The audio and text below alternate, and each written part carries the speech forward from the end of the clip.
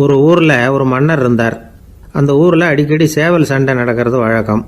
அரண்மனையில் ஒரு ஆள் இருந்தான். மன்னருக்காக அவன் ஒரு சேவல் வாங்கிட்டு வந்தான். சண்டை போடுறதுக்காக அந்த சேவலை தயார் பண்ணிகிட்டு இருந்தான். கொஞ்ச நாள் ஆச்சு. மன்னர் அந்த ஆளை கூப்பிட்டார். என்னப்பா சேவல் தயாராகிட்டுதா அப்படின்னு கேட்டார். இன்னும் அது தயாராகல மன்னா, இன்னும் வளரல, அதுக்கான தகுதி இன்னும் அதுக்கு வரல அப்படின்னா. எதனால் அப்படி சொல்கிறேன்னாரு. கோபம் ரொம்ப கடுமையாக இருக்குது அப்படின்னா. சரி அப்படின்னு விட்டுட்டார். மறுபடியும் கொஞ்ச நாள் ஆச்சு. இப்போ எப்படி நிலைமை, சேவல் தயாரா அப்படின்னார். இன்னும் இல்லை அரசே, மற்ற சேவல் எங்கேயாவது கூவுற சத்தம் கேட்டால் உடனே இது பரபரப்பாயிடுது. பக்கத்தில் ஒரு சேவலின் நிழலை கண்டா கூட இது பரபரப்பாயிடுது அப்படின்னா. சரி இன்னும் கொஞ்ச நாள் ஆகட்டும்னு விட்டுட்டார். கொஞ்ச நாள் ஆச்சு. இப்போ மறுபடியும் விசாரித்தார். இன்னும் நம்ம சேவலுக்கு அந்த தகுதி வரலமன்னா, போராட்ட உணர்வு அதுக்கு இன்னும் இருந்துக்கிட்டு தான் இருக்குது. உள்ளே மெதுவாக தான் எரிய ஆரம்பிச்சிருக்குது போராட்ட உணர்வு. அப்படி இருக்கக்கூடாது, அது பற்றி எரிய வேண்டாமா அப்படின்னா. இன்னும் கொஞ்ச நாள் ஆச்சு. இப்போ எப்படின்னு கேட்டார். இப்போ அவன் சொன்னான், மன்னா கிட்டத்தட்ட அது போருக்கு தயாராகிட்டுது அப்படின்னு நினைக்கிறேன்னா. எதனால் அப்படி சொல்கிற அப்படின்னு கேட்டார்.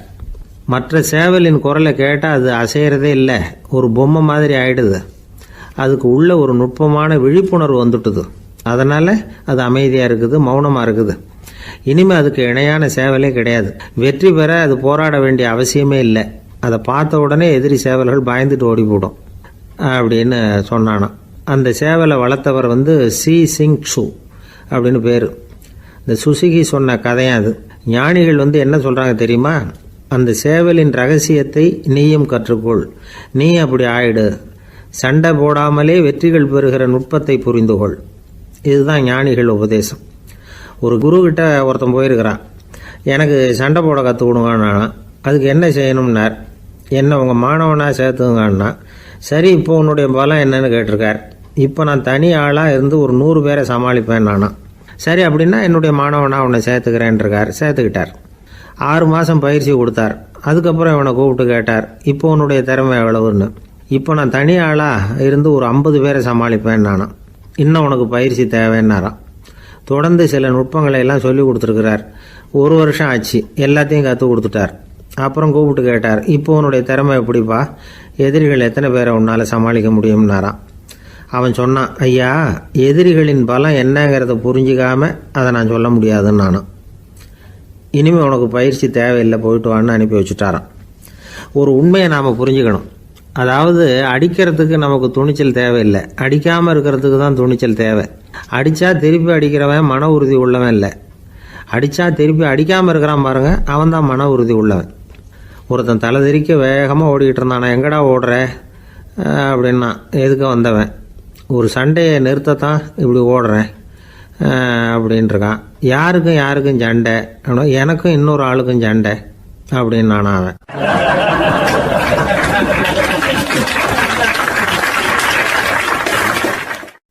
எது ரொம்பவும் கஷ்டமான காரியம் அப்படின்னு கேட்டார் ஒருத்தர். ஒருத்தருக்கு ஒருத்தர் சண்டை போடாமல் இருக்கிறது தான் ரொம்ப கஷ்டமான காரியம் அப்படின்னு தோணுது. ஒரு நாட்டுக்கும் இன்னொரு நாட்டுக்கும் சண்டை, நாட்டுக்குள்ளேயே ஒரு குரூப்புக்கும் இன்னொரு குரூப்புக்கும் சண்டை. ஏன் சண்டை போட்டுக்கிறீங்கன்னு கேட்டு பாருங்கள். நாங்கள் சமாதானத்துக்காக தான் சண்டை போட்டுக்கிறோம் அப்படிம்பாங்க. வாழறதுக்காக பிறந்த மனுஷன் லட்சியத்துக்காக உயிரை விட தயார் அப்படின்னு சொல்லிகிட்டு இருப்பான். அப்படி உயிரை விடுறவங்கள நாமளும் பாராட்டுவோம்.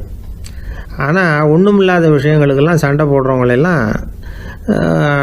அப்படிப்பட்டவங்களையும் சரி உயிரை விடுறவங்களையும் சரி என்னென்னு சொல்கிறது. யுத்தங்களாலேயும் சண்டைகளாலேயும் நாம் அடையிறது என்னங்கிறது ஒரு பக்கம் இருக்கட்டும், இழக்கிறது என்ன தெரியுமா? ஏராளமான உயிர்கள். ரத்தம் சிந்துறதுக்கு நான் தயார் அப்படின்னு மார்தட்டி சொல்லலாம். ஆனால் ரத்தம் சிந்தினா உயிர் காத்துக்கிட்டு இருக்க தயார் இல்லை.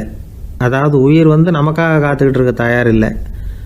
இழக்கிற ரத்தத்தை ஈடுகட்டினா தான் உயிரை காப்பாற்ற முடியும். அதனால் இது சம்மந்தமாக ஆராய்ச்சி செய்கிற கட்டாயம் ஏற்பட்டு போச்சு. அதோட விளைவாக புதுசாக ஒன்றை கண்டுபிடிச்சிருக்கிறாங்க. அதுதான் செயற்கை ரத்தப்பொடி. இப்போ இந்த திடீர் சாம்பார் பொடி, திடீர் ரசப்பொடி, திடீர் காப்பி பொடி இப்படிலாம் சொல்கிறோம்ல, அது மாதிரி இது திடீர் ரத்தப்பொடி. இஸ்ரேல் ஒரு சின்ன நாடு, மக்கள் தொகை குறைச்சல், அதோட போர்கள் வேறு. அதனால் காயம்பட்டவங்களை காப்பாற்றியே தீர வேண்டிய கட்டாயம். காப்பாற்றணும்னா ரத்த இழப்பை தடுக்கணும். அப்படின்னா உடனடியாக புது ரத்தம் செலுத்தி ஆகணும். திடீர்னு ரத்தம் வேணும்னா எங்கே போகிறது? அதுவும் கிடைக்கிற ரத்தம் சேர்கிற குரூப்பாக இருக்கணும். ஒரு வேடிக்கை பார்த்தீங்களா, நான் வேறு குரூப்பு நீ வேறு குரூப்புன்னு இவன் சண்டை போடுறான். இதில் அடிபட்டவனுக்கு ரத்தம் கொடுக்க போனால் அதுலேயும் அது வேறு வேறு குரூப்பாக இருக்குது. அது ரத்தமும் வேறு வேறு குரூப்புன்னு சொல்லிகிட்டு இருக்குது. எந்த குரூப்பு ரத்தம் வேணும், அது உடனடியாக கிடைக்கலன்னா என்ன பண்ணுறது? இப்படிப்பட்ட கஷ்டம்லாம் நமக்கு வந்துடுது. இதுக்காக தான் விஞ்ஞானிகள் இந்த ரத்த பொடியை கண்டுபிடிச்சிருக்கிறாங்க. அதாவது ஒரு ஆள் அடிபட்டு போட்டான்னு வச்சுங்களேன், அவனுக்கு ரத்தம் கிடைக்கல, உடனே என்ன பண்ணலாம்?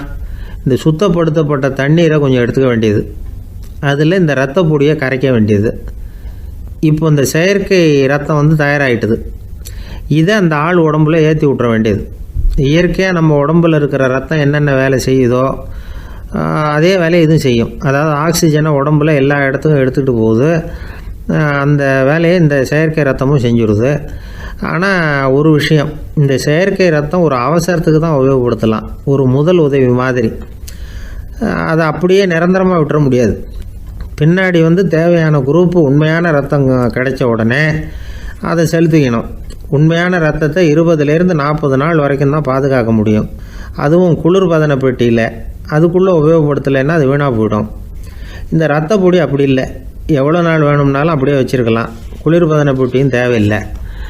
ஆனால் ஒன்று, இது தண்ணியில் கலந்து செயற்கை ரத்தமாக ஆக்கிவிட்டா அதோட வலு 72 மணி நேரம் தான். அதாவது 3 நாள். அதுக்குள்ளே அந்த ஆசாமியை எங்கேயாவது ஆஸ்பத்திரிக்கு தூக்கிட்டு போய் உண்மையான ரத்தத்தை கொடுத்துடணும். சண்டையில் அடிபடுறவங்க, சாலை விபத்தில் அடிபடுறவங்க, இவங்களுக்கெல்லாம் அவசரத்துக்கு கை கொடுத்து உதவுறது இந்த செயற்கை ரத்த பொடி. அதுக்கப்புறம் நாம் கொடுக்குற ரத்தம் தான் அவங்கள காப்பாற்றணும். இன்றைக்கி வந்து ரத்தத்தை தானமாக கொடுக்க தயாராக இருக்கிற நல்ல உள்ளங்கள் ஏராளம். எவ்வளவு ஆக்சிடெண்ட்டு, ஆப்ரேஷன், இதில் சம்மந்தப்பட்டவங்களை வந்து காப்பாற்றுறது நாம் தானமாக கொடுக்குற ரத்தம் தானே. ஒரு ஆக்சிடெண்ட்டு, ஒரு ஸ்கூட்டர் ஒரு ஆள் மேலே மோதி விட்டுது, பார்த்து வரக்கூடாதா அப்படின்னா அந்த ஆள், நீ தான் பார்த்து நடக்கணும், ஏன்னா 20 வருஷமாக நான் அந்த ஸ்கூட்டரை ஓட்டிக்கிட்டு இருக்கிறேன் அப்படின்னு நான் இவன். இதுக்கு அவன் சொன்னானா, நீ தான் பார்த்து ஓட்டணும், ஏன்னா 40 வருஷமாக நான் இப்படி நடந்துக்கிட்டு இருக்கிறேன் அப்படின்னு நானா.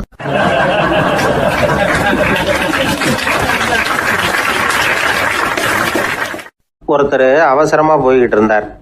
எங்கே போய்கிட்டு இருக்கீங்க அப்படின்னு கேட்டார் ஒரு பெரியவர்.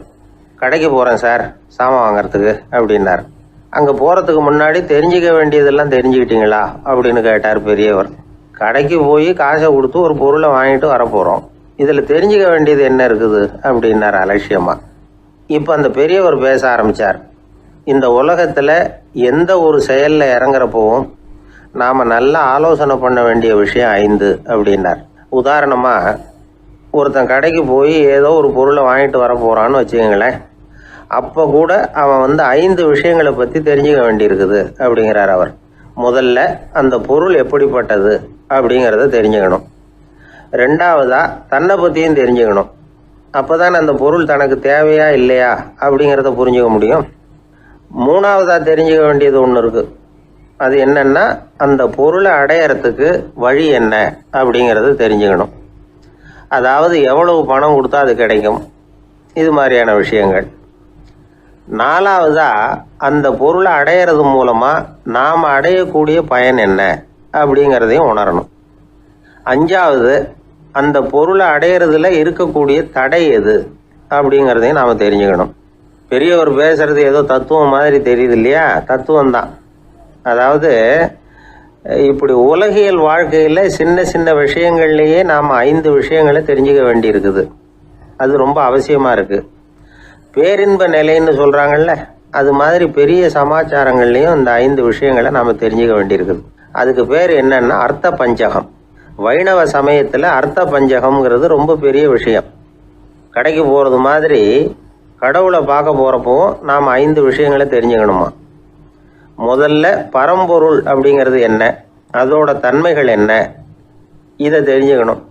இதுக்கு பேர் என்னன்னா பரமாத்ம ஸ்வரூபம் அப்படின்னு பேர். 2வது நாம யாரு, நம்மோட தன்மை என்ன அப்படிங்கிறத தெரிஞ்சுக்கணும். நான் யாருன்னு எனக்கே தெரியலங்கிறப்போ இதை நான் சொல்கிறேன்னு இது என்னுடையதுன்னு சொல்கிறது தப்பு தானே. அப்புறம் 3வது விஷயம், பரம்பொருளை நாம் அடையிறதுக்கு வழி எது, இதை தெரிஞ்சுக்கணும். இது உபாய ஸ்வரூபம் அப்படின்னு பேர். 4வது விஷயம், நாம் அடைய வேண்டிய பயன்கள் என்ன அப்படிங்கிறது தெரிஞ்சுக்கிறது. இதுக்கு புருஷார்த்தம் அப்படின்னு பேர். 5வது, அந்த பயனை அடைய விடாமல் தடுக்கிற தடைகள் யாவை அப்படிங்கிறது தெரிஞ்சுக்கிறது. இது விரோதி ஸ்வரூபம். இதைத்தான் தடையியல் அப்படின்னு சொல்றாங்க. அதாவது பரமாத்மாவை பற்றிய அறிவு, ஜீவாத்மாவை பற்றிய அறிவு, உபாயம் பற்றிய அறிவு, புருஷார்த்தம் பற்றிய அறிவு, இந்த 4 அறிவுக்கும் எதிரடையா, அதாவது அதையெல்லாம் தப்பா புரிஞ்சுக்கிறதால உண்டாகக்கூடிய அறிவு விரோதி ஸ்வரூபம். என்ன இது தகவல்ல ஏதாவது கதை சொல்லுவீங்கன்னு பார்த்தா ஏதோ தத்துவம் பேசிட்டு இருக்கிறீங்களே அப்படின்னு நினைக்கலாம். இதுவும் தெரிஞ்சுக்க வேண்டிய ஒரு பெரிய விஷயம்தான். காதில் போட்டு வச்சா எப்போவாவது உபயோகப்படும். என்னுடைய நண்பர் ஒருத்தர் ஒரு நாள் என்கிட்ட சொன்னார், சார், அடுத்த மாதம் தஞ்சாவூரில் ஒரு கல்யாணம், போகிறதா வேண்டாமா அப்படின்னு ஒரே குழப்பமா இருக்கு அப்படின்னார். நான் உடனே இந்த அர்த்த பஞ்சக உபதேசம் பண்ண ஆரம்பித்தேன். அவர் எல்லாத்தையும் பொறுமையாக கேட்டுவிட்டு, சரி சார், நான் போகிறதுன்னு முடிவு பண்ணிவிட்டேன்னார். எப்படி இந்த முடிவுக்கு வந்தீங்க அப்படின்னு கேட்டேன். அவர் சொன்னார், சார், அந்த 2வது பாயிண்ட் ஒன்று சொன்னீங்களே, அதை புரிஞ்சுக்கிட்டதுக்கு அப்புறம்தான் இந்த முடிவுக்கு வந்தேன் அப்படின்னார். என்ன 2வது பாயிண்ட்டுன்னு? அதாவது தன்னை பற்றி புரிஞ்சுக்கணும் அப்படின்னு சொன்னீங்க. உடனே என்னை பற்றி புரிஞ்சுக்கிட்டேன், நான் யாருங்கிறது எனக்கு தெரிஞ்சுது, உடனே போகிறது தான் நல்லதுன்னு முடிவு பண்ணிவிட்டேன்னார். நீங்கள் யாருன்னு கேட்டேன். நான் தான் சார் அந்த கல்யாணத்தில் தாலி கட்ட வேண்டிய மாப்பிள்ளை அப்படின்னார்.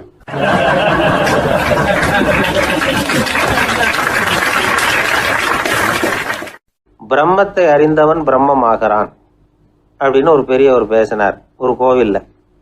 தைத்திரிய உபனிஷத்து அப்படி சொல்லுதான். இதை கேட்கும் பொழுது நமக்கு ஒரு சந்தேகம் வரும். அது எப்படி? பிரம்மத்தை அறிந்தவன் பிரம்மம் ஆகிறான்னா, சிங்கத்தை அறிந்தவன் சிங்கம் ஆகிறானா, தோசையை அறிந்தவன் தோசை ஆகிறானா? இப்படிப்பட்ட சந்தேகம் நமக்கு வர்றதுல ஒன்றும் ஆச்சரியம் இல்லை. இது இயற்கை. இதுக்கும் அந்த பெரியவரே பதில் சொல்றார். சிங்கம் வேற, நாம வேற. அதனால சிங்கத்தை அறிந்தவன் சிங்கம் ஆக மாட்டான். ஆனா பிரம்மம் வேற, நாம வேற இல்லை. அதனால பிரம்மத்தை அறிந்தவன் பிரம்மமாகிறான் அப்படிங்கிறது அவரோட விளக்கம். மனிதன் அவன்தான் தான் பிரம்மங்கிறது தெரியாதனால தான் அதை வேற எங்கேயோ தேடிட்டு இருக்கிறான். கடைசியில் அது தான் தாங்கிறது புரிஞ்சுக்கிற பொழுது அவன் பிரம்மம் ஆயிடுறான். இதை விளக்கிறதுக்கு ஒரு உபநிஷத்து கதையே இருக்கு. நமக்கு தெரிஞ்ச கதை தான், ஆனால் அதை வேற விதமான அர்த்தத்தில் விளையாட்டாக சொல்லிட்டு இருக்கிறோம். ஒரு சமயம் ஒரு 10 நண்பர்கள் ஒரு காட்டு வழியாக போய்கிட்டு இருக்கிறாங்க. குறுக்க ஒரு நதி, அதை கடந்து அடுத்த பக்கம் போகணும். எல்லாரும் ஒரு வழியாக கடந்து அடுத்த கரைக்கு போய் சேர்ந்துட்டாங்க. அங்கே போய் சேர்ந்ததுக்கு அப்புறம் எல்லாரும் பத்திரமா சேர்ந்துட்டோமா அப்படின்னு தெரிஞ்சுக்கிறதுக்காக எண்ணி பார்க்குறான் அந்த கூட்டத்து தலைவன். அவங்க மொத்தம் 10 பேர். ஆனால் அவன் எண்ணி பார்க்குறப்போ 9 தான் வருது. ஏன்னா அவன் தன்னை விட்டுவிட்டான். எதிரில் நிற்கிறவங்கள மட்டுமே எண்றான். ஐயோ 10வது ஆள் எங்கேங்கிறான், பதறான். சரி நீ இரு, நான் எண்ணி பார்க்குறேன்னு சொல்லிவிட்டு இன்னொருத்தன் எண்றான். அவனும் தன்னை விட்டுட்டு எண்றான். 9 தான் வருது. எல்லாரும் கொய்ய முறையோன்னு கத்த ஆரம்பிச்சிட்டாங்க. அந்த சமயத்தில் ஒரு பெரியவர் அந்த பக்கமாக வர்றார். என்ன விஷயம்னு விசாரிக்கிறார். 10வது ஆள் 6 அடிச்சுட்டு போட்டுது அப்படின்னு சொல்லி இவங்க அழறாங்க. சரி அழாதீங்க அப்படின்னு சொல்லி அந்த தலைவனை பார்த்து இப்படி வாங்குறார். வர்றான். இப்போ எனக்கு முன்னாடி ஒரு தரம் எண்ணு பார்க்கலாம்ங்கிறார். 1 2 3ன்னு ஆரம்பித்து 9ல் முடிக்கிறான். உடனே பெரியவர், நீ தான் அந்த 10வது ஆள் அப்படிங்கிறார். இது உண்மை. நாம தான் அது. நாம தான் நம்மளை வேற எங்கேயோ தேடிட்டு இருக்கிறோம். நாம எங்கேயோ தேடிட்டு இருக்கிறோமே, அந்த பிரம்மம் நாம தான். இப்படி ஒரு பெரிய உண்மையை விளக்கிறதுக்காக தான் அப்படி ஒரு கதை சொல்லப்பட்டது. ஆனால் அதை நாம வேற விதமாக வேடிக்கையாக உபயோகப்படுத்திக்கிட்டு இருக்கிறோம். எப்படி தெரியுமா? ஒரு ஆத்தங்கரையில் ஒரு 10 பேர் முழிச்சுக்கிட்டே நின்றுக்கிட்டு இருந்தாங்களாம். அந்த பக்கமாக வந்த ஒருத்தன், ஏன் இப்படி முழிச்சுக்கிட்டு நிற்கிறீங்கன்னு கேட்டிருக்கிறான். எங்களுக்கு நீச்சல் தெரியாது, நாங்கள்லாம் அடுத்த கரைக்கு போய் சேரணும் அப்படின்னு நாங்களாம். சரி நான் கொண்டுட்டு போய் விடுறேன். எல்லாரும் அக்கறைக்கு போய் சேர்ந்த உடனே ஆளுக்கு ₹1 வீதமாக மொத்தம் ₹10 எனக்கு கொடுக்கணும் அப்படின்னு இருக்கான் இவன். சரின்னு ஒத்துக்கிட்டாங்க. இவன் ஒவ்வொருத்தராக கையை பிடிச்சி மெதுவாக ஆற்றுல இறக்கி அழைச்சிட்டு போயிட்டான். 9 பேரை கரை சேர்த்துட்டான். 10வது ஆள் பாதி ஆற்றுல போயிட்டு இருக்கிறப்போ திடீர்னு வெள்ளம் வந்துட்டுது. புடி நழுவி போச்சு. கையை விட்டுட்டான். வெள்ளம் அடிச்சுட்டு போட்டுது. அழைச்சிட்டு வந்தவன் நீச்சல் அடித்து தட்டு தடுமாறி கரைக்கு சேர்ந்துட்டான். கரையில் இருந்தவங்களுக்கு இந்த விஷயம் தெரியாது. இருந்தாலும் இவன் உடம்பு பூரா நனைஞ்சி கொஞ்சம் அதிகமாக மூச்சு வாங்க நின்றுக்கிட்டு இருந்தானா, ஏங்க ஏன் இப்படி மூச்சு வாங்குது, என்ன விஷயம் அப்படின்னு கேட்டாங்களாம். அதுக்கு இவன் கொஞ்சமா அலட்டிக்காம சொன்னானா, வேற ஒண்ணும் இல்ல, நீங்க கொடுக்க வேண்டிய 10 ரூபாயில 1 ரூபா குறைஞ்சு போச்சு, அவ்வளவுதான் அப்படின்னானா.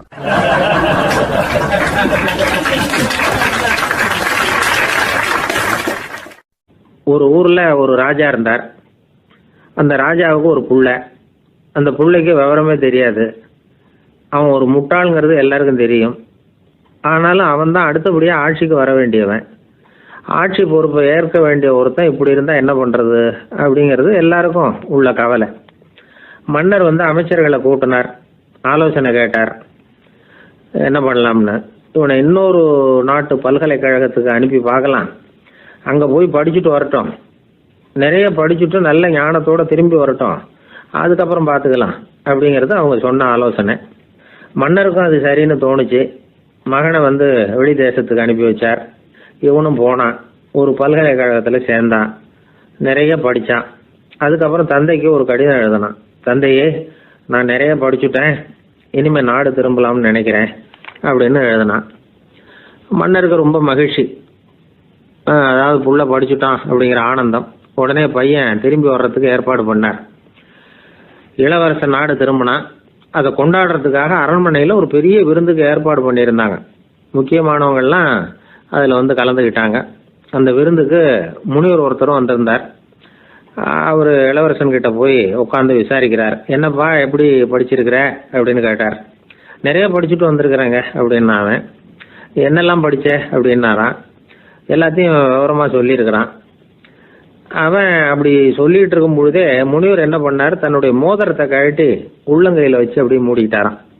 அப்படியே கையை நீட்டி அவன் முன்னாடி காட்டினார். இந்த பாருப்பா, என் கைக்குள்ள என்ன இருக்கு சொல்லு பார்க்கலாம் அப்படின்னாரான். இளவரசன் ஒரு கணம் யோசிச்சான்.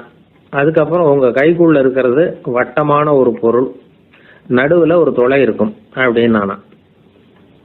முனிவர் திகைச்சு போட்டார். பையன் பெரிய அறிவாளி ஆகிட்டான் போல இருக்க அப்படின்னு நினச்சிட்டார். அதுக்கப்புறம் கேட்டார், சரி, என் கையில் இருக்கிறது வட்டமான பொருள், நடுவில் துளை இருக்குங்கிறத சொல்லிவிட்டேன், அதோட பேர் என்ன, அதை சொல்லு அப்படின்னாராம். இளவரசன் கொஞ்சம் யோசனை பண்ணியிருக்கான். அப்புறம் சொன்னானா, முனிவரே, நான் படித்த விஞ்ஞானம் உங்களுக்கு பதில் சொல்கிறதுக்கு உதவலை, இருந்தாலும் பதில் சொல்கிறேன், அது ஒரு வண்டி சக்கரம் அப்படின்னானா. இப்போதான் முனிவர் யோசிச்சாராம். அவருக்கு புரிஞ்சுதான், அதாவது முட்டாளை படிக்க வைக்கலாம், ஆனால் சிந்திக்க வைக்க முடியாது அப்படிங்கிறத அவர் புரிஞ்சுக்கிட்டாராம். தகவல் அறிவு ஞானமாகாது அப்படிங்கிறார் ஓஷோ. ஏன்னா தகவல்கள் மாறுதலை ஏற்படுத்துறது இல்லை, ஆனால் ஞானம்ங்கிறது மாறுதலால் உண்டாகக்கூடிய ஒன்று. அதுதான் ரெண்டுக்கும் உள்ள வித்தியாசம். மனம் சரியான வழிக்கு வரணும், அதுக்கப்புறம் படிக்கிற கல்வி தான் உண்மையான கல்வி. சரி, மனம் சரியா வர்றதுக்கு என்ன வழி அப்படின்னு கேட்டால், மனிதன் முழு மாறுதலுக்கான வழிமுறை தியானம்தான் அப்படிங்கிறார் அவர். அதனால தான் நிறைய படிச்சிருக்கேன்னு சொல்கிறவன் எல்லாம் ஞானம் உள்ளவன் நினச்சிடக்கூடாது. ஒருத்தர் இன்னொரு பெரிய மனிதரை அழைச்சிட்டு அறிமுகப்படுத்தினாராம். சார் நிறைய படிச்சிருக்கார், 3 MA வாங்கியிருக்கார், ஆனால் ஒரு விஷயம், அப்பப்போ கொஞ்சம் திருடுவார், அவ்வளவுதான், மற்றபடி அவர் ஒரு பெரிய அறிவாளி தான் அப்படின்னாராம்.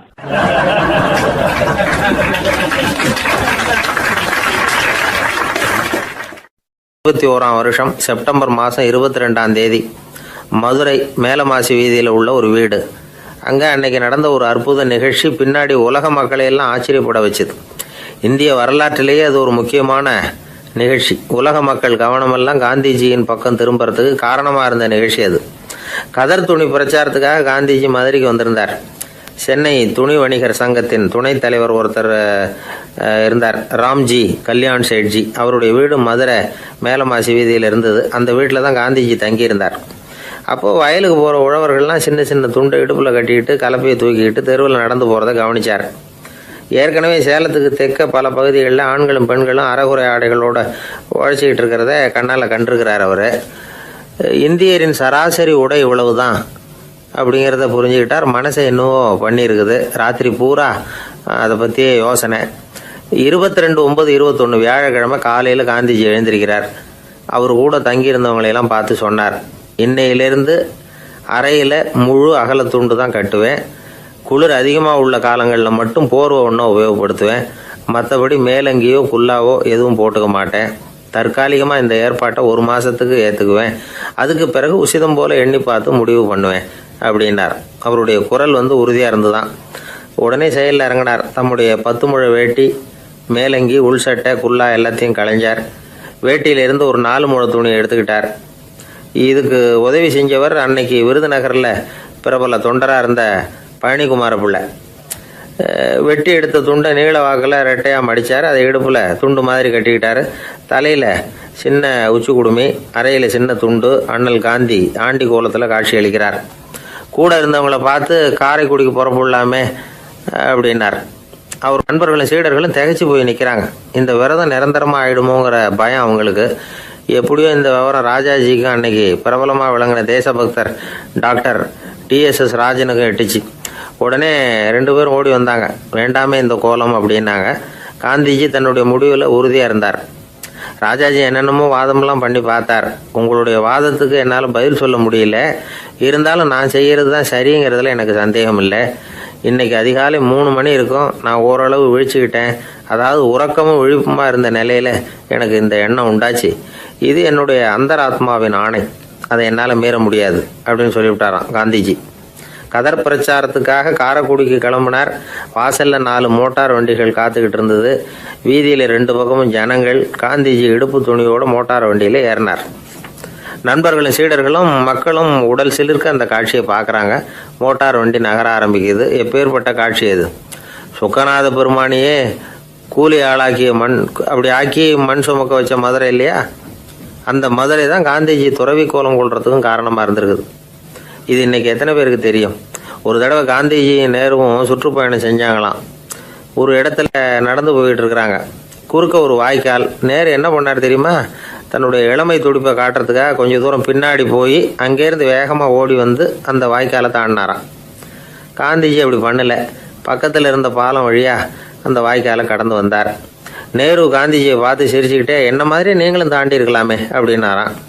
அதுக்கு காந்திஜி சிரிச்சுக்கிட்டே சொன்னாராம், 2 அடி முன்னேறதுக்காக 5 அடி பின்னாடி போறதா அப்படின்னாராம்.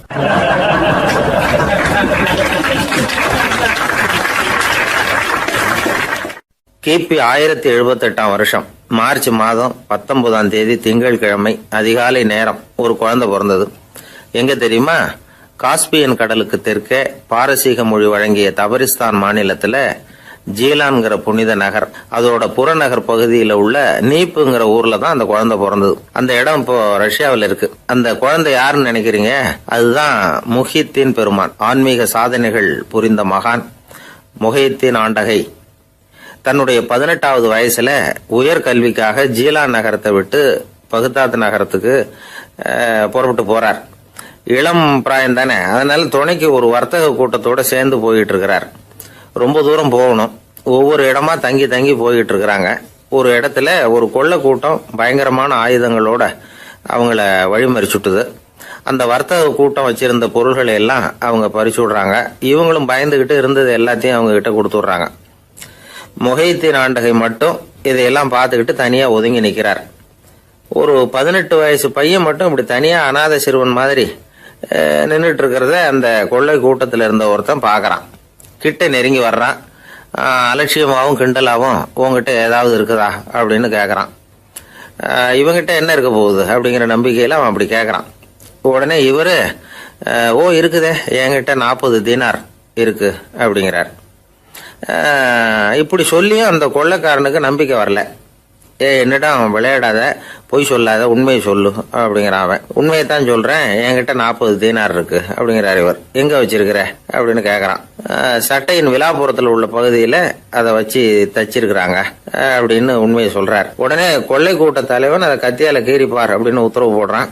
அந்த சட்டையை கிழிக்கிறாங்க. உள்ள இருந்து 40 பொற்காசுகளும் பொல பொலன்னு கீழே கொட்டுச்சு. அதை பார்த்த உடனே அந்த கொள்ளை கூட்ட தலைவன் மலைச்சு போய் நின்னுட்டான்.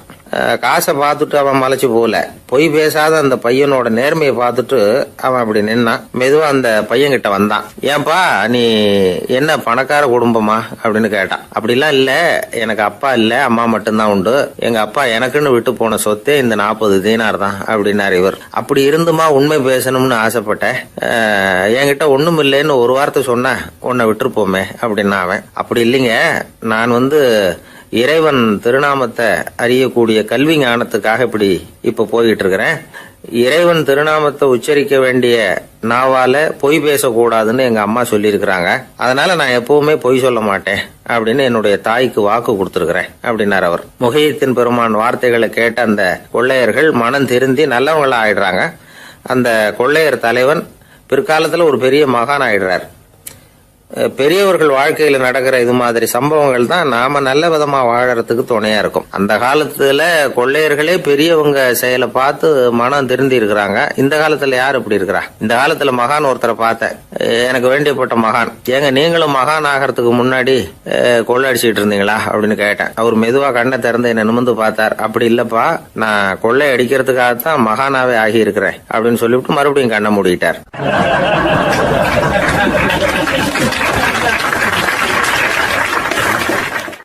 ஒரு காலத்தில் பிரஷ்யா அப்படின்னு ஒரு தேசம் இருந்தது. இப்போ ஜெர்மனி இருக்குல்ல, இதோட பெரும்பகுதி ஒரு காலத்தில் பிரஷ்யாங்கிற பேரில் இருந்தது. அப்போ அதுக்கு அரசராக இருந்தவர் மகா ஃப்ரெடரிக், அதாவது ஃப்ரெடரிக் தி கிரேட் அப்படின்னு சொல்லுவாங்க. அந்த ராஜாவுக்கு ஒரு சந்தேகம், நாம் பல வகையான வரிகளை விதித்து வசூல் பண்ணுறோம், அப்படி பண்ணி வருமானம் குறைஞ்சிக்கிட்டே போகுதே, இதுக்கு என்ன காரணமாக இருக்கும்? இதுதான் அவருக்கு ஏற்பட்ட சந்தேகம். ஒரு சமயம் அந்த அரசர் தம்முடைய அமைச்சர்களையும் பிரபுக்களையும் தளபதிகளையும் கூப்பிட்டு ஒரு விருந்து வச்சார். விருந்து முடிஞ்சதும் அவங்கள பார்த்து இந்த சந்தேகத்தை கேட்டார். வரிகள் அதிகமாக விதித்து வருமானம் குறையறதுக்கு என்ன காரணம் அப்படின்னு கேட்டார். பல பேருக்கு இதுக்கு சரியாக பதில் சொல்ல தெரியல. அனுபவசாலியான ஒரு தளபதி எழுந்திருச்சார். அரசே, அது எப்படிங்கிறத இப்போ உங்களுக்கு காட்டுறேன்னார். உடனே ஒரு பெரிய பனிக்கட்டி ஒன்றை தன்னுடைய கையில் எடுத்தார். அதை அப்படியும் எப்படியும் திருப்பி பார்த்தார். அப்புறம் அடுத்தவர்கிட்ட கொடுத்தார். அவர் அதை அப்படியும் இப்படியும் திருப்பி பார்த்துட்டு அடுத்தபடியாக இருந்தவர்கிட்ட கொடுத்தார். இப்படியே இதை ஒவ்வொருத்தராக பார்த்துட்டு ஒவ்வொரு கையாக மாறி கடைசியில் மன்னர் கைக்கு போய் சேர்ந்தது. மன்னர் கைக்கு அந்த பனிக்கட்டி போய் சேர்ந்தப்போ அது கொஞ்சம் கொஞ்சமாக உருகி ஒரு பட்டாணி கடலை சைஸுக்கு ஆயிட்டுது. மன்னர் யோசனை பண்ணார், வரி அதிகமாக போட்டாலும் வந்து சேர்றது குறைவாக இருக்கிறதுக்கு என்ன காரணம் அப்படிங்கிறது அவருக்கு புரிஞ்சு போச்சு. காலம்தான் மாறிட்டு இருக்கே தவிர இந்த கையூட்டு வாங்குற பழக்கம் மாறினதாக தெரியல. இன்னொரு ராஜா இருந்தார். அவர் தன்னுடைய ராஜாங்கத்தில் லஞ்ச ஊழலே சுத்தமாக இருக்கக்கூடாது அப்படின்னு நினச்சார். அவர்கிட்ட பல்வேறு துறைகளுக்கும் பொறுப்பாக இருந்த பல பேரும் ரொம்ப சுத்தமாகவும் நேர்மையாகவும் இருந்தாங்க. ஒரே ஒருத்தர் மட்டும் எல்லார்கிட்டையும் லஞ்சம் வாங்கிட்டே இருந்தார். அவரை வேறு வேறு துறைகளுக்கு மாற்றி பார்த்தாரு. அந்த ராஜா என்னென்னமோ பண்ணி பார்க்குறாரு. எந்த வேலையை கொடுத்தாலும் அதுலேயும் லஞ்சம் வாங்கிறதுக்கு ஒரு வழியை உண்டு பண்ணிக்குவார் அந்த ஆள். ராஜாவுக்கு இது ஒரு பெரிய தலைவலியாக போட்டுது. இவர் என்ன பண்ணுறது? இவருக்கு என்ன வேலையை கொடுக்கறது? கொஞ்சம் கூட லஞ்சம் வாங்கிறதுக்கு சான்ஸே இல்லாத ஒரு வேலையை கொடுக்கணும் அப்படின்னு திட்டம் போட்டார். ஒரு நாள் அவருக்கு அந்த உத்தரவும் போட்டுட்டார். அதாவது அவருக்கு என்ன வேலைன்னா, கடற்கரையில் தான் அவருக்கு ஆஃபீஸ். அங்கேயே இருந்துக்க வேண்டியது. தினமும் எத்தனை கடல் அலை கரையில் வந்து மோதுது அப்படிங்கிறத கணக்கெடுத்து ராஜாவுக்கு தெரிவிக்க வேண்டியது. இதுதான் அவருக்கு வேலை. பேசாமல் அலையை எண்ணிட்டு உட்காந்துருக்கிட்டோம், அப்போவாவது அவர் லஞ்சம் வாங்குகிற சந்தர்ப்பம் இல்லாமல் போயிடும் அவருக்கு அப்படின்னு நினைச்சார் ராஜா. இந்த ஆள் கடற்கரைக்கு போய் டியூட்டியில் ஜாயின் பண்ணிட்டார். ஒரே மாசத்துல அங்கே சொந்தமாக ஒரு பிரம்மாண்டமான மாளிகை கட்டி விட்டாரு. ராஜாவுக்கு இது பெரிய ஆச்சரியமாக போச்சு. அலையை என்ற வேலையில் அந்த ஆள் எப்படி பணம் சம்பாதிச்சார் அப்படின்னு விசாரித்து பார்த்தார் அக்கம் பக்கத்தில். அந்த ஆள் என்ன பண்ணியிருக்கிறாருன்னா, கடற்கரையில் போய் பொறுப்பை ஏற்றுக்கிட்ட உடனே அங்கே இருந்த மீனவர்கள்கிட்ட எல்லாம் இந்த கரையில் வந்து ஒரு நாளில் வந்து மோதுற அலைகள் எத்தனை அப்படின்னு கேட்டிருக்காரு. அது எப்படிங்க தெரியும்னு இருக்காங்க அவங்க. தினமும் அந்த எண்ணிக்கை தெரியணும். நம்ம ராஜாவுக்கு தினமும் அறிக்கை அனுப்பணும், டெய்லி ரிப்போர்ட்டு. தவறுனா நீங்கள் இந்த கடலில் போய் மீன் பிடிக்கிறதுக்கு ராஜாவோட அனுமதி கிடைக்காது அப்படின்ட்டுருக்காரு. உடனே மீனவர்களும் பயந்து போட்டாங்க. கடலுக்கு போகிறதுக்கு அனுமதி இல்லைன்னா பட்டினி கிடக்கிறது மாதிரி ஆகிடுமே. மெதுவாக அந்த ஆளுகிட்ட போனாங்க. காதோட காதாக சொன்னாங்க, ஐயா, எங்களால் வந்து கடல் அலையை வந்து எண்ண முடியாது. தினமும் எங்களால் முடிஞ்சதை உங்களுக்கு பணமாக கொடுத்துட்றோம். நீங்கள் தான் ராஜா கிட்ட சிபாரிசு பண்ணி நாங்கள் தொடர்ந்து மீன் பிடிக்கிறதுக்கு அனுமதி வாங்கி கொடுக்கணும் அப்படின்னு வேண்டிக்கிட்டாங்க. பணம் தினமும் வந்து சேர ஆரம்பிச்சுட்டுது. பதவியில் மற்ற பதவியோட இந்த பதவி எவ்வளவோ மேல் அப்படின்னு நினச்சிட்டான் அந்த ஆள். அது மட்டும் இல்லை, தயவு பண்ணி என்னை இந்த இடத்த விட்டு மாற்றி விடாதீங்க சார் அப்படின்னு வேற கேட்க ஆரம்பிச்சிட்டானா.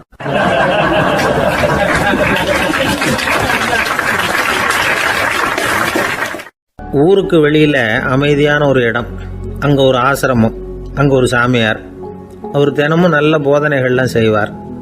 பல பேர் போய் அங்கேயே சில நாள் தங்கி இருந்து அவர் சொல்கிற அறிவுரைகளை எல்லாம் கேட்டுக்கிட்டு வர்றது வழக்கம். ஒரு தடவை அவரை பார்த்துட்டு போகிறதுக்காக 3 வெளியூர் தம்பதிகள் வந்தாங்களாம். அந்த மடத்திலேயே சாப்பிட்டுக்கிட்டு தங்கியிருந்து அவங்களுடைய போதனைகளை கேட்டுக்கிட்டு போகணுங்கிறது அவங்க நோக்கம். காலையில் குளிச்சுட்டு பூஜையில் உட்காந்தார் அந்த சுவாமி. இவங்களும் குளிச்சுட்டு அந்த பூஜையை பார்க்கறதுக்காக அவர் முன்னாடி வந்து உட்காந்தாங்க. பூஜை ஆரம்பமாச்சு. சம்பிரதாயப்படி அது ரொம்ப நேரம் நடந்துக்கிட்டே இருக்குது.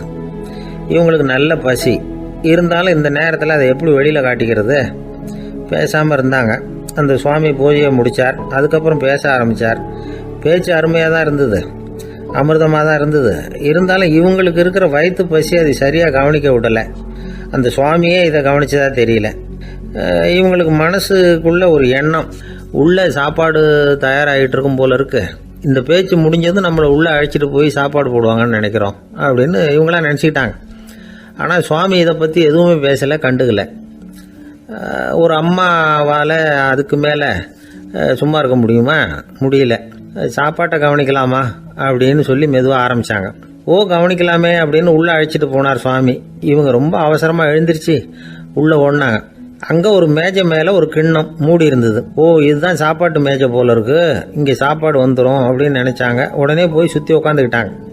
சுவாமி அந்த கிண்ணத்தை எடுத்து அந்த அம்மா கிட்ட கொடுத்தார். அவங்க அதை வாங்கி மூடியை திறந்து பார்க்குறாங்க. உள்ளே ஒரு சாவி இருக்குது. சரிதான், இது சமையலறை சாவி போல இருக்கு. அங்கே போய் அதை திறந்து சாப்பாட்டை நாமே எடுத்துக்கிட்டு வந்து இங்கே வச்சுக்கிட்டு சாப்பிடணும் போல இருக்கு அப்படின்னு நினச்சாங்க. சாவி இருக்கு இல்லையா, வாங்க பூட்டு நிறையா காட்டுறேன் அப்படின்னு சுவாமி அவங்கள அழைச்சிட்டு போனார், காட்டினார். இவங்க அந்த அறையை ரொம்ப ஆவலோடு திறந்தாங்க. உள்ளே பார்த்தா அங்கே அரிசி, பருப்பு, விதவிதமான காய்கறி எல்லாம் இருக்குது. சமையலுக்கு வேண்டிய மிளகாய், எண்ணெய், பால், தயிர், நெய் இப்படி எல்லாமே இருக்குது. அடுப்பு, விறகு, நெருப்பு போட்டி அது கூட அங்கே இருக்குது. சாப்பாடு தயாராக இருக்கும்னு நினச்சிக்கிட்டு போனால் இப்படி இருக்குதே அப்படின்னு சொல்லி அதை பார்த்ததும் ரொம்ப சோர்ந்து போட்டாங்க அவங்க. சுவாமி, என்ன இது சாப்பாடு இல்லையா அப்படின்னாங்க. அதுதான் சாப்பாட்டுக்கு வேண்டிய எல்லாம் இங்கே இருக்குதே. அடுப்பு மூட்டி நீங்கள் தான் அவங்கவுங்க ருசிக்கு தகுந்த மாதிரி சமைச்சிக்கணும். இந்த சன்னியாசிக்கு எப்படி சமைக்க தெரியும் அப்படின்னு கேட்டார் சுவாமி. சாப்பாடு தயாராக இருக்கும்னு நாங்கள் எதிர்பார்த்தோம் அப்படின்னாங்க. நீங்கள் இப்படி சொல்லுவீங்கன்னு நானும் எதிர்பார்த்தேன். இது வரைக்கும் நான் எவ்வளவோ தத்துவம்லாம் எடுத்து சொன்னேன். எல்லாத்தையும் விட இதுதான் அனுபவபூர்வமான தத்துவம். ஆண்டவன் நமக்கு நல்ல மனசை கொடுத்துருக்குறான், நல்ல வாய்ப்புகளையும் தந்திருக்கிறான், அதையெல்லாம் பயன்படுத்திக்கக்கூடிய மூளையையும் சிந்தனையையும் கொடுத்துருக்குறான். அதனால் அடுப்பை தான் நீங்கள் மூட்டணும். அடுப்பை நீங்கள் தான் மூட்டணும். உங்களுக்கு உகந்ததை நீங்கள் தான் சமைச்சு ருசித்து அனுபவிக்கணும். ஆண்டவனே அதை செஞ்சிகிட்டு இருக்க மாட்டான் அப்படின்னாராம் அந்த சுவாமி. நம்முடைய வாழ்க்கையில் பல நல்ல பலன்களை பெறறதுக்கு நாம் தான் முயற்சி பண்ணணும். அதுக்குரிய சூழ்நிலையை தான் ஆண்டவன் கொடுப்பானே தவிர அதை விளக்கறதுக்காக தான் அந்த சுவாமி அப்படி செஞ்சு காட்டியிருக்கிறார். இது ஒரு பெரியவர் இப்படி ஒரு விளக்கம் கொடுத்தார். அதுக்கப்புறம் அந்த 3 தம்பதிகளும் தெளிவடைஞ்சுட்டாங்களாம். நாம் தெளிவடைகிறது எப்போங்கிறது தான் தெரியல அப்படின்னு பல பேர் இதை கேட்டுட்டு சொல்லிகிட்டு இருக்கிறாங்க. இந்த கதையை நம்முடைய நண்பர் ஒருத்தர்கிட்ட சொன்னேன். அந்த நண்பர் ரொம்ப சந்தோஷப்பட்டார். நீங்கள் சொல்கிறது கரெக்டு சார், ஆனால் நான் அதை விட ஒரு படி மேலே சார். எனக்கெல்லாம் அரிசி, பருப்பு இருக்கிற ரூம் எதுன்னு கையை காட்டிட்டா போதும். உடனே கிண்ணத்துலேருந்து சாவியை எடுத்து கொடுக்கணுங்கிற அவசியம்லாம் இல்லை எனக்கு. அப்புறம் எப்படி ரூமை திறந்துருவீங்க அப்படின்னு கேட்டேன். பூட்டை உடைச்சி திறந்துருவேன், அதுதான் எனக்கு பழக்கம் அப்படிங்கிறார்.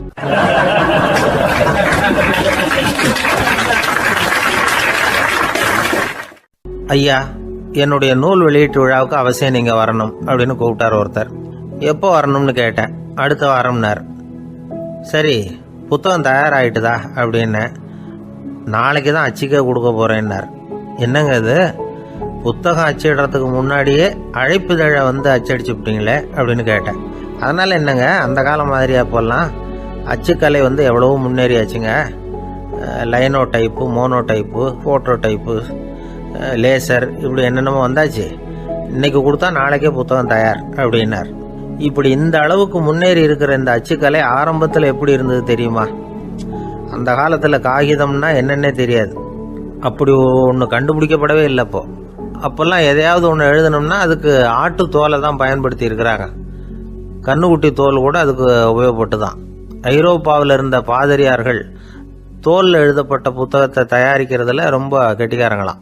எகிப்து, அப்புறம் மத்திய தரைக்கடல் ஓரத்தில் உள்ள நாடுகள், இங்கே எல்லாம் தோல் தான் எழுது பொருளாக பயன்பட்டு வந்திருக்குது. ஆனால் நம்ம நாட்டில் ஓலைச்சுவடிகளை எழுத்துக்கு பயன்படுத்தி இருக்கிறாங்க. எழுதுறதுக்கு தோலை பயன்படுத்தினவங்க பிறகு பேப்பரைஸ் அப்படிங்கிற கோரை புல்லை வந்து அதுக்கு பயன்படுத்தினாங்களாம். இதெல்லாம் அப்படி கொஞ்சம் கொஞ்சமாக கண்டுபிடிச்சிட்டு வந்திருக்கிறாங்க. அந்த புல்லை வந்து கச்சிதமாக நறுக்க வேண்டியது, நல்லா பதப்படுத்த வேண்டியது, அதுக்கப்புறம் அதில் எழுத வேண்டியது, அவ்வளவுதான். பேப்பருங்கிற சொல்லே இந்த பேப்பைரஸ் அப்படிங்கிறதுலேருந்து வந்தது தான். அதுக்கப்புறம் தான் காகிதம் வந்தது. இதை முதல்ல சீன நாட்டில் தான் கண்டுபிடிச்சாங்க. அது வந்த பிறகு அச்சு எந்திரம் கண்டுபிடிக்க வேண்டிய அவசியம் ஏற்பட்டது. அதை கண்டுபிடிச்சவர் ஜெர்மானிய அறிவியல் அறிஞர் ஜான் கூட்டன்பர்க். அச்சு கலைக்கு அடித்தளம் அமைச்சவர் அவர் தான். ஜெர்மனியில் மெயின்ஸ் அப்படிங்கிற ஊரில் 1399 பிறந்தார். அவரோட மாமன் ஒருத்தர் உலோக வேலையில் வல்லவர். அவர்கிட்ட அந்த வேலையை கற்றுக்கிட்டார். அதோட வைர கற்களை வந்து பட்டை தீட்டுறதுலையும் ரொம்ப தேர்ச்சி பெற்றிருந்தார். இளம் வயசுலேயே சும்மா இருக்க மாட்டாராம்.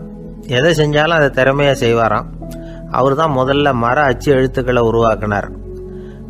அது மேலே மை தடவி பிரதிகள் எடுத்தார். அதுக்கப்புறம் உலோக எழுத்துக்கள், முதல்ல காரியம், அப்புறம் இரும்பு, அப்புறம் கலப்பு உலோகம், பிறகு அச்சடிக்கிறதுக்கு எந்திரம் ஒன்றையும் உருவாக்கினார். முதல்ல பைபிள் அச்சடித்தார். 1468 அவர் இறந்து போனார். 16ஆம் நூற்றாண்டில் மேலை நாடுகளிலிருந்து மர எழுத்துக்களை கொண்டுகிட்டு வந்து தமிழ்நாட்டில் கிறிஸ்தவ நூல்களை அச்சிட்டாங்க. அப்போல்லாம் வந்து அச்சகங்கள் வந்து போதிய அளவுக்கு இங்கே இல்லை. அதுக்கு என்ன காரணம்னா, இந்தியர்கள் வந்து அச்சகங்களை நடத்தக்கூடாது அப்படின்னு சட்டம். 1835 வரைக்கும் அந்த சட்டம் வந்து நடைமுறையில் இருந்தது. இந்த நிலைமையில் அங்கேயும் இங்கேயுமா 1-2 அச்சகங்கள் ஆரம்பமாச்சு. 1713 தரங்கம்பாடியில் லூத்தரன் மிஷன் அச்சகம், அதே ஆண்டில் சென்னையில் எஸ்பிசிகே அச்சகம். இது ரெண்டும் தான் இந்தியாவில் முதல்ல தொடங்கப்பட்ட அச்சகங்கள். ஆட்டுத்தோல்லையும் ஓலைச்சுவடியிலையும் எழுதப்பட்ட எழுத்துக்கள் இன்னைக்கு எங்கேயோ போயிட்டுது. ஆனால் நம்ம ஊரில் எழுத்தாளர்கள் நிலைமை தான் ஒன்றும் சொல்லிக்கிறது மாதிரி இல்லை. நம்ம ஆள் ஒருத்தர் சொன்னார், சார், நான் சொந்தத்தில் ஒரு அச்சாபீஸ் வச்சுருந்தேன், இப்போவும் வச்சுருக்கிறேன். அதனால் என்னுடைய படைப்புகளை புத்தகமாக வெளியிடுறதுல எனக்கு ஒன்றும் கஷ்டம் இல்லை. வருஷத்துக்கு ஒரு புத்தகம் எழுதி வெளியிட்டுருவேன். 15 வருஷமாக இலக்கிய உலகத்துக்கு இப்படி சேவை செஞ்சுக்கிட்டு வர்றேன். ஆனால் இந்த வருஷம்தான் வாசகர்கள் வந்து எனக்கு பாராட்டு விழா நடத்தி இருக்கிறாங்க அப்படின்னார். இந்த வருஷம் அப்படி என்ன விசேஷம் அப்படின்னு கேட்டோம். இந்த வருஷம்தான் நான் எந்த புத்தகம் எழுதி வெளியிடாமல் இருந்தேன், அதுக்காகத்தான் எனக்கு இந்த பாராட்டு விழா அப்படின்னார்.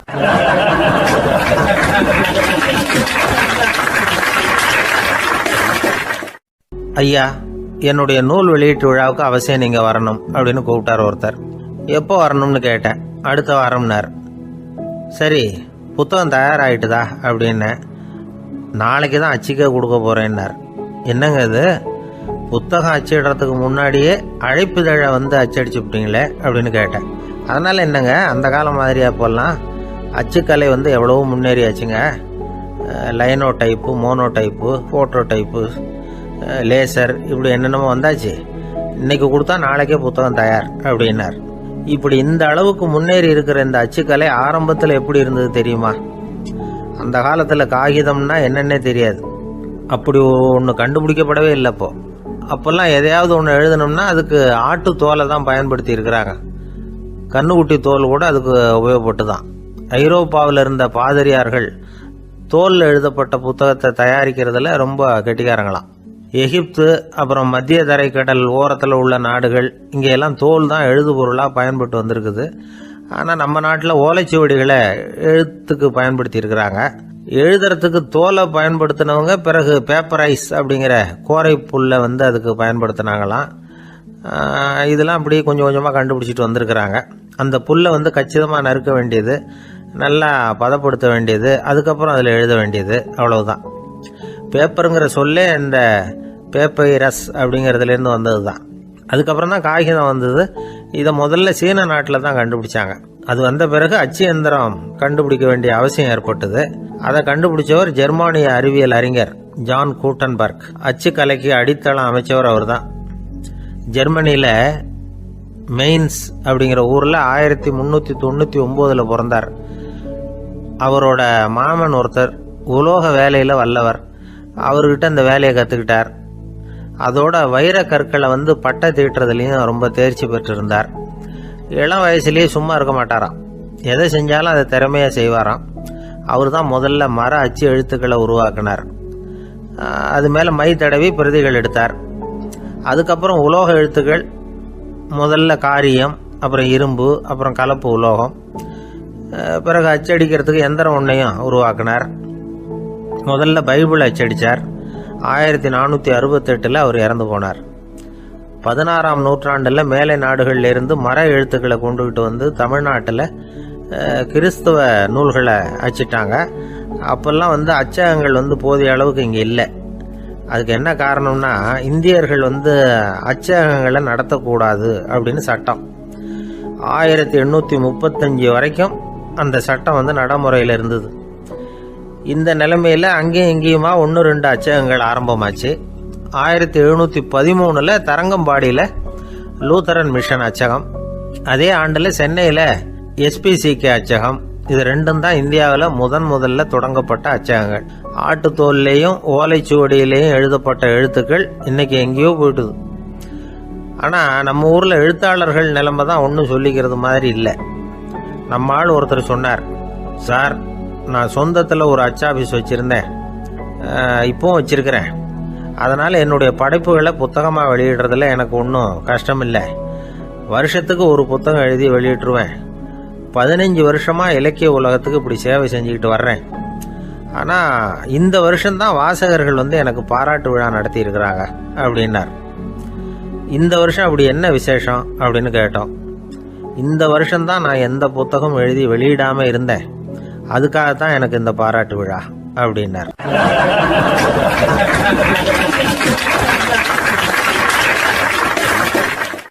ஒரு நண்பர் இருக்கார். எப்போ பார்த்தாலும் கையில் ஒரு புத்தகம் இருக்கும்.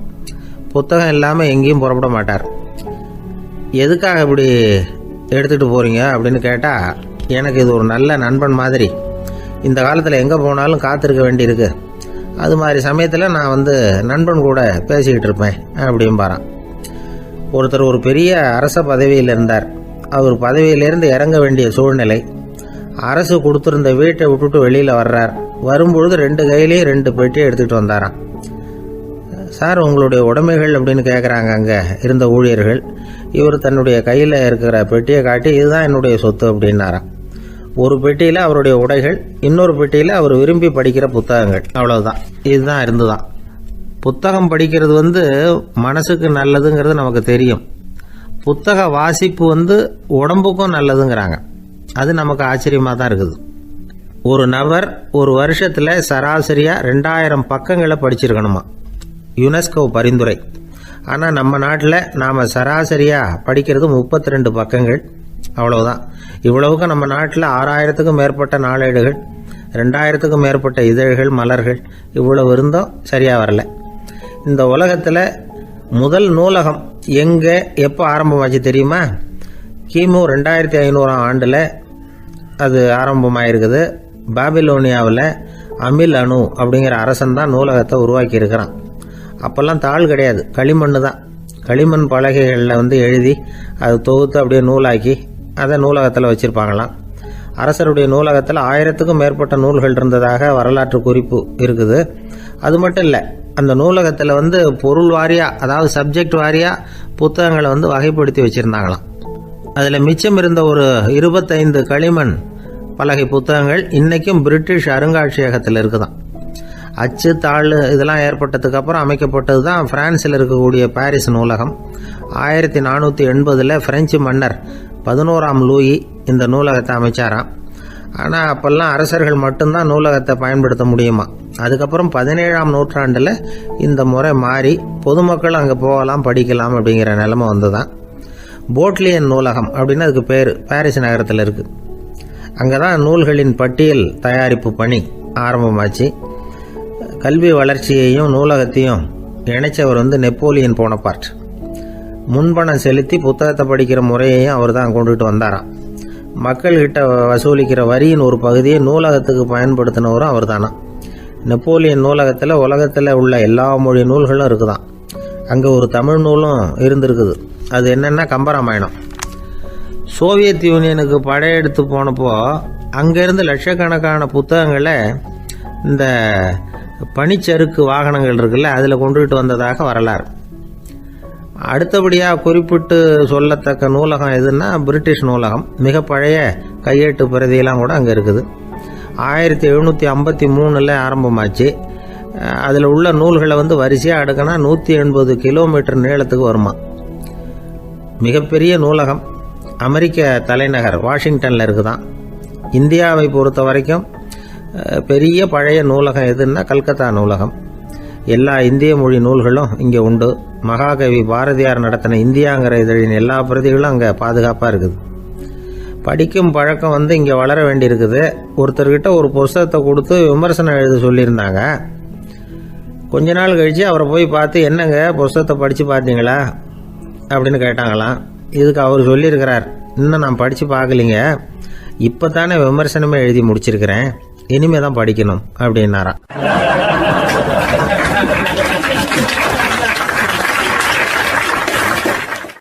போய்கிட்டு இருந்தார். அவர் தோளில் ஒரு பெரிய துணி மூட்டை, அதை சுமந்துக்கிட்டு கடத்தெருவை நோக்கி அவர் போய்கிட்டு இருக்கிறார். வழியில் அவரை சந்திச்சார் உமர். அவர் கேட்டார், கலீஃபா அவர்களே, எங்கே புறப்பட்டுட்டீங்க அப்படின்னு கேட்டார். கலீஃபான்னா ஆட்சித்தலைவர்னு அர்த்தம். இதுக்கு அவர் சொன்னார், நான் துணி வணிகம் செய்கிறவன், அதனால் துணி வியாபாரம் செய்கிறதுக்காக போயிட்டுருக்கிறேன்னார். நீங்கள் இப்போ இந்த நாட்டுக்கு ஆட்சித்தலைவர், ஆட்சி பொறுப்பில் இருக்கிறீங்க, நீங்கள் வியாபாரம் செய்ய போட்டால் அரசு பணிகளை செய்கிறது யார் அப்படின்னு கேட்டார் அவர். நான் அரசு பணிகளை மட்டுமே செஞ்சுக்கிட்டு இருந்தா என் குடும்பத்தை காப்பாற்றுறது யார் அப்படின்னு கேட்டார் அவர். இப்படி கேட்டவர் யார் தெரியுமா? அவர் தான் அபூபக்கர், இறை தூதர் முகமது அவர்களுக்கு பிறகு கலீஃபாவாக தேர்ந்தெடுக்கப்பட்டவர். அப்போலாம் ஆட்சி தலைவர்களுக்கு சம்பளம்னு எதுவும் கிடையாது. இந்த பிரச்சனையை எப்படி தீர்க்கிறதுன்னு யோசனை பண்ணார் உமர். அபு உபைதா அவர்கள்கிட்ட அழைச்சிட்டு போனார். அவர் யாருன்னா, அவர் தான் பொது நிதி கருவூலத்தின் பொறுப்பாளர். அவர்கிட்ட பிரச்சனையை சொன்னார். இது மாதிரி ஆட்சி தலைவருக்கு பொது நிதியிலிருந்து ஊதியம் அளிக்க முடியுமான்னு கேட்டார். பொது நிதி விதிகளின்படி அதுக்கு சாத்தியம் இல்லைன்னு சொல்லிவிட்டார் அவர். சரி, வேற ஏதாவது வழி இருக்குதான்னு கேட்டார் உமர். அபு உபைதா கொஞ்சம் யோசனை பண்ணி பார்த்தார். அப்புறமா சொன்னார், மக்காவிலிருந்து மதீனாவுக்கு குடிபெயர்ந்து வந்த அகதிகளுக்கு நிதி உதவி அளிக்கிறதுக்கு விதிகளில் இடம் இருக்கு. அப்படி பார்த்தா அபூபக்கரும் அகதி தானே, அதனால எல்லா அகதிகளுக்கும் கொடுக்கறது மாதிரியே அவருக்கும் ஒரு தொகை அளிக்கலாம்னார். கலீஃபா அபூபக்கருக்கு இந்த அகதி உதவி தொகையைத்தான் கொடுத்துட்டு வந்தாங்களாம். குடும்ப செலவுக்கு அது போதுமானதா இல்லை. இருந்தாலும் கலீஃபாங்கிறதுக்காக மற்ற அகதிகளை விட அதிகமாக தொகையை பெற அவர் விரும்பல. மார்பு பக்கம் கிழிஞ்சிருந்த ஒரு மேலாடையை தான் அவர் அணிஞ்சிருந்தார். அவருடைய துணைவியார் அஸ்மா, அவங்க ஒரு நாள் தேன் அருந்த ஆசையாக இருக்குன்னாங்களாம். நமக்கு கிடைக்கிற ஊதியம் குடும்ப செலவுக்கே போதுமானதா இல்லையே, இந்த நிலையில் தேன் வாங்கிறதுக்கு காசுக்கு நான் எங்கே போவேன்ருக்கார் அவர். கொஞ்ச நாள் கழித்து அவங்க ஒரு தொகையை அவர்கிட்ட கொடுத்து தேன் வாங்கிட்டு வர சொன்னாங்களாம். இவருக்கு ஆச்சரியம், ஏது இந்த பணம்னு கேட்டிருக்காரு. நீங்கள் தினமும் குடும்ப செலவுக்காக கொடுத்துக்கிட்டு வந்த பணத்தில் கொஞ்சம் கொஞ்சமாக மிச்சப்படுத்தி வச்சேன்னாங்களாம். அபூபக்கர் அந்த பணத்தை எடுத்துக்கிட்டு நேராக பொது நிதி கருவூல பொறுப்பாளர்கிட்ட போனார். இந்த பணத்தை பொது நிதியில் சேர்த்துருங்க, இது அதிகப்படியாக எனக்கு தரப்பட்டு வந்த ஊதியம், அடுத்த மாதத்திலேருந்து இந்த தொகையை குறைச்சிங்கன்னு வேற சொல்லிவிட்டாராம்.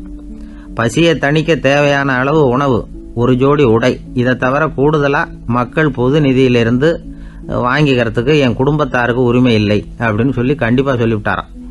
அவர் வாங்கிட்டு வந்த இந்த குறைந்த ஊதியம் கூட அவர் மனசை உறுத்திக்கிட்டே இருந்தது.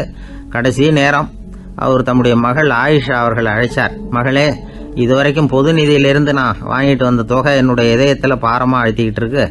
என் தோட்டத்தை விற்று அதில் வர்ற பணத்திலிருந்து நான் இதுவரைக்கும் வாங்கிட்டு வந்த ஊதிய தொகையை கணக்கு போட்டு பொது நிதியில் சேர்த்துடு அப்படின்னாராம். பதவி ஏற்கிறதுக்கு முன்னாடி தன்கிட்ட இருந்ததை விட இப்போ கூடுதலாக என்ன சொத்து இருக்குன்னு பார்த்துருக்கார். ஒரு ஒட்டகம், ஒரு கோப்பை, ஒரு பணியாள். இதையும் அடுத்தபடியாக கலீஃபாவா வர்றவர்கிட்ட ஒப்படைச்சிருங்க அப்படின்னு விட்டாராம்.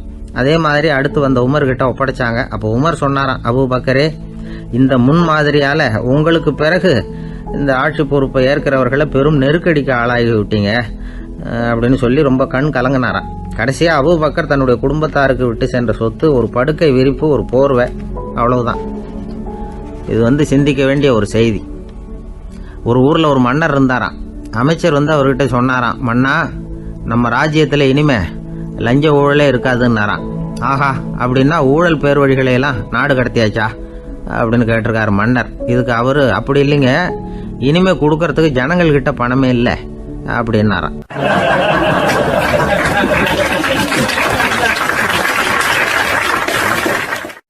இந்த உலகத்தில் எவ்வளவோ உயிரினங்கள் இருக்கு, ஒவ்வொன்றும் ஒவ்வொரு விதமாக சண்டை போடுது. இப்போ 2 மாடு சண்டை போட்டுக்குதுன்னு வச்சுங்க, என்ன பண்ணும்? 2 முட்டிக்கும். அதுக்கு சண்டை போடுறதுக்கு ஆயுதமாக உபயோகப்படுறது அதோட கொம்பு. 2 சேவல் சண்டை போட்டுக்குதுன்னு வச்சுங்க, அதுக்கு ஆயுதமாக உபயோகப்படுறது அதோட கால் நகம். காலால் தான் அது ஒன்றோட ஒன்று சண்டை போட்டுக்கும்.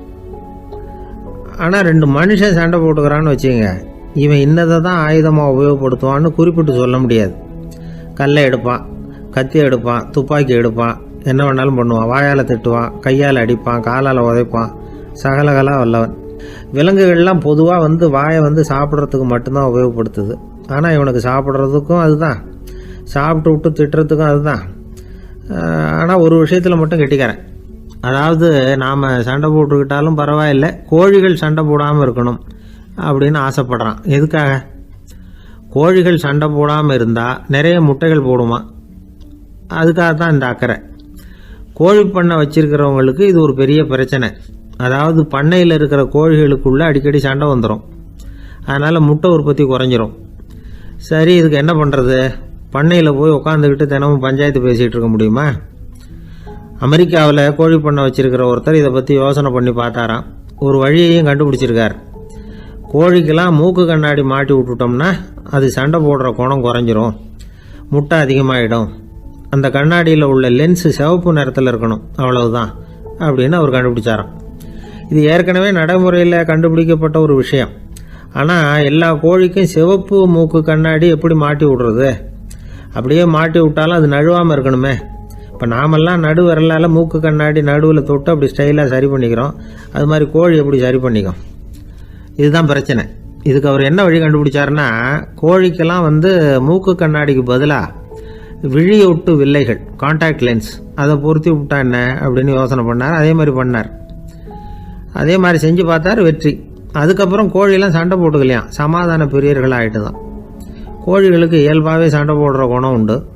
ஆனால் அதோட கண்ணுக்கு பார்க்குற பொருள்லாம் ரோஜா நிறத்துலையோ அல்லது இன்னும் சொல்ல போனால் அழுத்தமான சிவப்பு நிறத்துலையோ தெரிஞ்சதுன்னா சண்டை போடுற குணம் குறைஞ்சிருதான். அந்த சமயத்தில் அது அதிகமாகவும் முட்டையிட ஆரம்பிச்சுடுதான். அதே நேரத்தில் இறை எடுக்கிறத கூட குறைச்சிக்குதான். இது ஏன் இப்படி பண்ணுதுங்கிறது விஞ்ஞானிகளுக்கு இன்னமும் புரியலையா.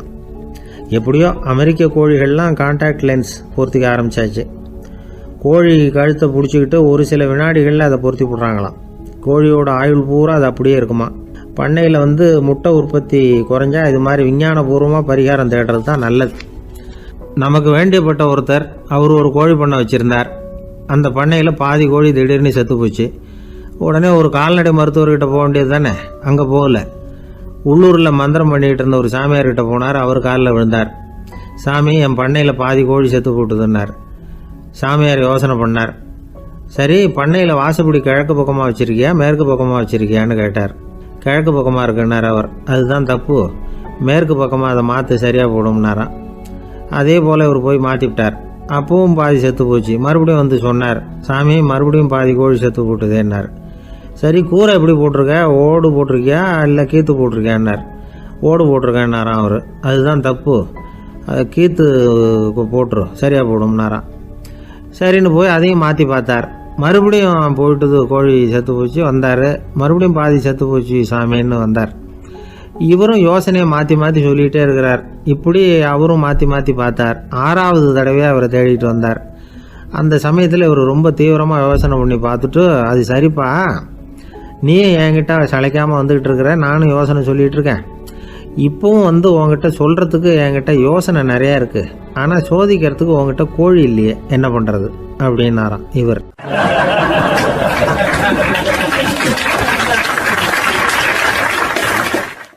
இந்த உலகத்தில் எல்லாருக்கும் மகிழ்ச்சி தரக்கூடிய ஒரு பொருள் எது? இது ஒரு முக்கியமான கேள்வி. இந்த கேள்விக்கு பொருத்தமான ஒரு பதிலை உங்களால் சொல்ல முடியுமா?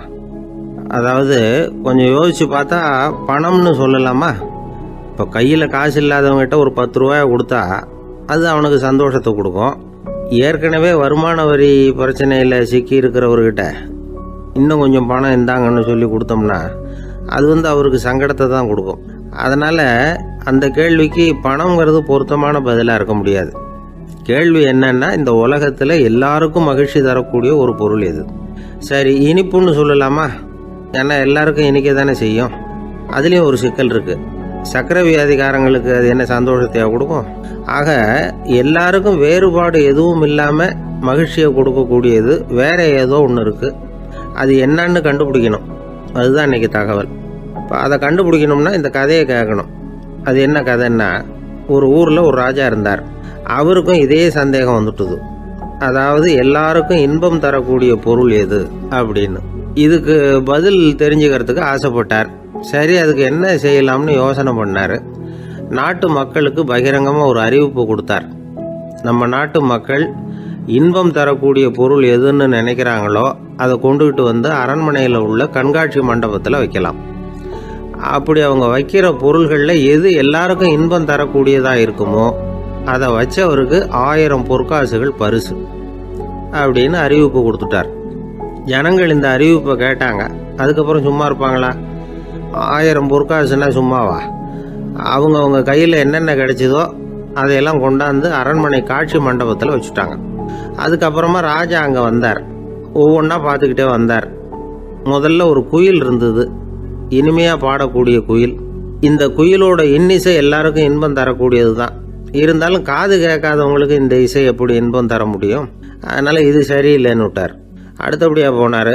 அங்கே என்ன வச்சுருக்குறாங்கன்னு பார்த்தா ஒரு அழகான மயில் அங்கே தோகை விரித்து ஆடிக்கிட்டு இருக்குது. இந்த மயிலோட ஆட்டம் மனசுக்கு இன்பம் தரக்கூடியது தான். இருந்தாலும் பார்வை இல்லாதவங்க இந்த ஆட்டத்தை பார்த்து ரசிக்க முடியுமா? முடியாது. அதனால் இதுவும் சரியில்லை அப்படின்னு சொல்லிவிட்டார். அதுக்கு அடுத்தபடியாக போனார். பல வகையான இனிப்பு பண்டங்களை வச்சுருந்தாங்க. பார்த்தார், வயசானவங்களுக்கும் நோயாளிகளுக்கும் இது இன்பம் தராது, துன்பம் தான் கொடுக்கும் அப்படின்னார். இப்படி ஒவ்வொன்றா பார்த்துக்கிட்டே போகிறார். அழகான மலர்கள், கனிகள், ஓவியங்கள் எதுவுமே பொருத்தமாக தெரியல. சகல பேருக்கும் இன்பம் தரக்கூடிய வகையில் எதுவும் இல்லை. கடைசியாக வந்தார். அங்கே ஒரு களிமண் பொம்மை இருந்தது. அது என்ன பொம்மை தெரியுமா? பசியால் வாடி இருக்கிற ஒருத்தருக்கு ஒரு அம்மா இனிமையாக பேசிக்கிட்டு சோறு போடுறது மாதிரி அந்த பொம்மையை செஞ்சுருந்தாங்க. அதுக்கு கீழே அன்பு அப்படின்னு எழுதியிருந்ததுதான். ராஜா பளிச்சுன்னு ஒரு முடிவுக்கு வந்தார். அந்த பொம்மையை செஞ்ச சிற்பியை வரவழைச்சார், பரிசு கொடுத்தார். அன்பு ஒன்று தான் எல்லாருக்கும் இன்பம் அளிக்கக்கூடிய பொருள். காது கேட்காதவங்களும் அதை கேட்க முடியும், பார்வை இல்லாதவங்களும் அதை பார்க்க முடியும், குழந்தைகளும் அதை உணர முடியும் அப்படின்னு அதுக்கு விளக்கம் கொடுத்தார் அந்த மன்னர். இந்த உலகத்தில் எல்லாருக்கும் மகிழ்ச்சி தரக்கூடிய ஒரு பொருள் அன்பு தான். அதை புரிஞ்சுக்கிட்டு தான் சில கணவன்மார்கள் மனைவி பேரில் ரொம்ப அன்பை காட்டிக்கிறது வழக்கம். ஒரு வீட்டு வாசப்படி பக்கமாக மழைக்கு ஒதுங்கினார் ஒருத்தர். மழை தூரிக்கிட்டு இருந்தது, இருட்டு நேரம். அந்த வீட்டில் இருந்தவர், இன்னைக்கு ராத்திரி வேணும்னா இங்கேயே தங்கிட்டு காலையில் போங்க அப்படின்னார். உடனே இவர் சொன்னார், ரொம்ப நன்றிங்க, ஒரு 10 நிமிஷத்தில் இதை வந்துவிடுறேன் அப்படின்னு சொல்லிவிட்டு எங்கேயோ ஓடினார். 10 நிமிஷம் கழித்து திரும்பி வந்தார். ஆமாம், எங்கே போயிட்டு வந்தீங்கன்னு கேட்டார் வீட்டில் இருந்தவர். நேராக